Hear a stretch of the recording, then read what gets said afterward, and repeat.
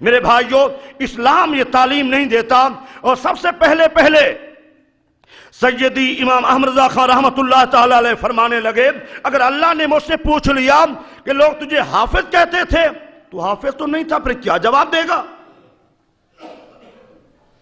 رمضان المبارک کا مہینہ آیا. دنیا میں آپ سنتے ہوں گے بڑے بڑے ذہین قسم کے لوگ ہوتے ہیں لیکن یہاں سننا کہ آپ کتنا ذہین تھے. رمضان المبارک کا مہینہ آیا. نماز مغرب کے بعد چونکہ کھانا بھی کھانا ہوتا ہے تھوڑا وقت ہوتا ہے. اس تھوڑے وقت میں امام احمد رضا خان رحمت اللہ تعالی علیہ نماز مغرب سے عشاء تک اس وقت میں دوسرے معاملات کے ساتھ آپ یہ بھی کرتے قرآن مجید کا پارا سوا پارا یاد کر لیتے اس تھوڑے وقت میں.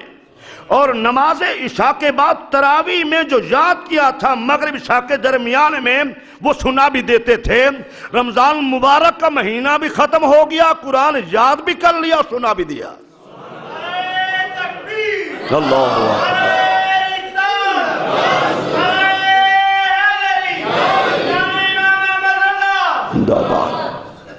اللہ تعالیٰ نے آپ کو وہ کمال درجے حافظہ دیا تھا. میرے بھائیوں آپ نے سائنس کے حوالے سے بھی بڑا کام کیا ہے. آج پوری دنیا کے سائنسدانوں کا نظریہ یہ ہے میں ایک بات عرض کرتا چلا جاؤں یہ زمین ساکن نہیں ہے یہ زمین متحرک ہے یہ گردش میں ہے یہ حرکت میں ہے. یہ دنیا کے تمام سائنسدانوں کا نظریہ ہے لیکن امام احمد رضا نے اس پر ایک کتاب لکھی اور وہ ایکسفورڈ یونیورسٹی میں پہنچ چکی ہے اور بڑے بڑے علماء اس کو دیکھ رہے ہیں اور بڑے بڑے سائنسدان دیکھ رہے ہیں. اس میں قرآن اور احادیث کے دلائل کے انبار لگا دیے ہیں. جہاں قرآن اور حدیث کے دلائل بیان کیے ہیں قرآنی آیات احادیث اور پھر اس کے بعد جو آپ نے نقلی دلائل دیے ہیں محبت کے حوالے سے وہ فرماتے ہیں جس زمین پر سرکار کا روضہ انور موجود ہو وہ کسی کی غلام نہیں ہو سکتی وہ گردش نہیں کر سکتی. لوگوں نے سوال کیا زلزلہ بھی تو ہوتا ہے بہت سارے پڑھنے کے مطابق ہے کتاب ایک جو آپ کے متعلق لکھی گئی ہے تو اس حوالے سے میں عرض کروں کہ آپ نے وہ کام کیے ہیں. آپ سے سوال ہوا کہ شیعہ مسلک میں ایک فرقہ ہے اس کا نام فرقہ نصیریہ ہے اس کا گند ہمارے سمن آباد میں بھی ہے. ان کا نظریہ یہ ہے کہ معاذ اللہ ثم معاذ اللہ سیدنا علی المرتضی خدا ہیں. اس نظریے میں یہ ہے کہ سیدنا علی المرتضی خدا ہیں. آپ سے یہ فتویٰ پوچھا گیا فرمایا جس آدمی کا یہ نظریہ ہو کہ علی المرتضی بندہ ہو کر خدا ہے وہ کافر ہے. اور جو لوگ آپ پہ شرک اور بدعت کے فتوے لگاتے ہیں ذرا غور کرنا. پوچھا گیا مزارات کا طواف یا کسی اور متبرک مقام کا کہا بیت اللہ کے علاوہ طواف حرام ہے ناجائز ہے. پھر پوچھا گیا کہ اگر کسی بزرگ کو سجدہ فرمایا حضور کی شریعت میں سجدہ تعظیمی بھی حرام ہے. روضہ رسول پر حاضری کے بعد ہم سمجھتے ہیں کہ دیوار کو ہاتھ لگائیں جالی کو ہاتھ لگائیں چومنے کا موقع مل جائے. فرمایا نہیں نہ ہاتھ لگانا ہے نہ چومنا ہے بس محبت سے قریب کھڑے ہو کر درود و سلام پڑھنا ہے اور کچھ نہیں کرنا. یہ تو جہالت کی انتہا ہے کہ دیوار کو ہاتھ لگانا اور چومنا. اس سے صحیح علماء اہل سنت نے روکا ہے. آپ بھی سن لیں بندہ ناچیز حاضر ہوا 2 مرتبہ عمرہ کے لیے اور حج کے لیے بھی نہیں دل میں خیال پیدا ہوا کہ ہم دیوار کو ہاتھ لگائیں. میں تو کہتا ہوں میرے ہاتھ بھی اس لائق نہیں ہے. وہاں پر صرف محبت کے ساتھ اپنی نظریں جھکا کر دربار سرور کونین میں درود و سلام پیش کرنا سب سے بڑی بات یہی ہے. اور پھر آپ نے جو دلائل پیش کیے ہیں اور بہت سارے ہیں. ایک مسئلہ اور آپ سے پوچھا گیا قبر کو چومنا. فرمایا علماء کا اختلاف ہے صالحین کی قبر کو چومنے کے متعلق لیکن میں کہتا ہوں آپ فرماتے ہیں کہ 4 ہاتھ دور کھڑے ہو کر نہ اس کو ہاتھ لگایا جائے نہ چوما جائے، بس دعا کی جائے، سلام کیا جائے، اس کے علاوہ کچھ نہیں کرنا چاہیے۔ آج جو لوگ ان پہ فتوے لگاتے ہیں وہ تو معذاللہ مشرک تھے، کیا ان باتوں میں کوئی بات ایسی ہے جس میں شرک ہو؟ پھر آپ سے پوچھا گیا کوئی اگر حضور کی عبدیت یا بشریت کا منکر ہو، فرمایا اگر کوئی آدمی حضور کے بندہ خاص ہونے کا منکر ہے وہ کافر ہے۔ اللہ اکبر کبیر، رضا آپ غور کریں۔ فرمایا حضور کی بشریت اور عبدیت جو ہے وہ تو قرآن سے ثابت ہے۔ ہاں یہ کہنا ٹھیک ہے کہ ظاہری طور پر آپ بشر ہیں، اعلیٰ بشر ہیں، بے مثال بشر ہیں، اور باطنی طور پر حضور کی حقیقت ہماری طرح نہیں ہے، یہ ٹھیک ہے۔ سرے سے بشریت کا انکار یا عبدیت کا انکار، اور فرماتے ہیں یہ بات صحیح نہیں ہے، جو حضور کی عبدیت اور بشریت کا منکر ہے وہ کافر ہے۔ میرے عزیزان گرامی، یوں ہی میں آپ کے فتاوی جات بیان کرتا چلا جاؤں جو آپ نے لکھے ہیں، اور انہوں نے بڑی تفصیل سے لکھا ہے۔ اس دنیا میں بڑے بڑے جج حضرات، بڑے بڑے علماء، بڑے بڑے ڈاکٹرز، سارے کے سارے اس فتاوی رضویہ سے مستفید ہو رہے ہیں، مسلم بھی اور غیر مسلم بھی مستفید ہو رہے ہیں۔ یہی وجہ ہے ہم نے ان کو نہ پڑھا ہے، نہ سمجھا ہے، نہ غور کیا ہے۔ ہمارے خطیب آئے، انہوں نے 4 شعر پڑھے، کلام اعلیٰ پڑھا، ہم نے سمجھا کہ آپ سے نعت گو شاعر تھے، نہیں، آپ کا مقام بہت بلند و بالا ہے، اپنے دور کے عظیم مفسر بھی ہیں، عظیم محدث بھی ہیں، عظیم فقی بھی ہیں، اور عظیم عاشق رسول بھی ہیں۔ ان کا درود و سلام لکھا ہوا مصطفیٰ جان رحمت پہ لاکھوں سلام پوری دنیا میں پڑھا جاتا ہے۔ مدینہ منورہ کے بیسمنٹ کے اندر ہم حاضر تھے، مصر کا ایک آدمی عربی ہونے کے باوجود وہ درود و سلام یہی پڑھ رہا تھا، جس میں بڑے بڑے علماء مشائخ تھے، بندہ ناچیز بھی وہاں تھا، وہ پڑھ رہا تھا مصطفیٰ جان رحمت پہ لاکھوں سلام۔ دربار سرور کونین میں اگر دنیا میں کوئی سلام مقبول ہے تو وہ آپ کا ہی سلام ہے۔ آج ہر آدمی نعت گو شاعر بن گیا ہے، جسے نماز نہ آتی ہو، دین کی خبر نہ ہو، وہی نعت گو شاعر اور عاشق رسول بن چکا ہے۔ ذرا آپ کیا فرماتے ہیں؟ فرماتے ہیں نعت لکھنا تلوار پہ چلنا ہے، اور میں حلفیہ کہہ رہا ہوں، بہت سارے ہمارے کلام پڑھے جاتے ہیں، لوگ سبحان اللہ، واہ واہ، بلے بلے، پیسوں کی بارش، اور ہم پڑھ رہے ہوتے ہیں لا حول ولا قوت الا باللہ، یہ تو کلمہ ہی غلط ہے۔ اور کئی مقام پہ ایسے الفاظ جھڑا،